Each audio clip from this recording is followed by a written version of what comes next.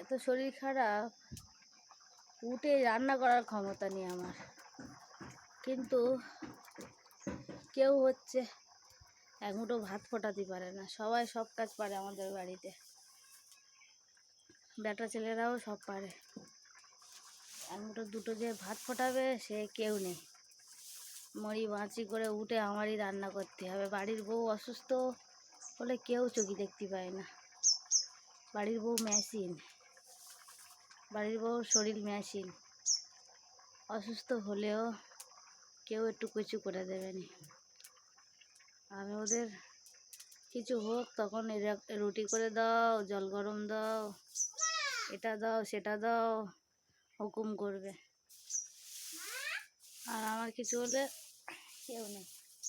মরি বাঁচি উঠে দুটো ভাত ফোটাতে হবে, নিজে খেতে হবে, কেউ পাশে সাহায্য করবে না।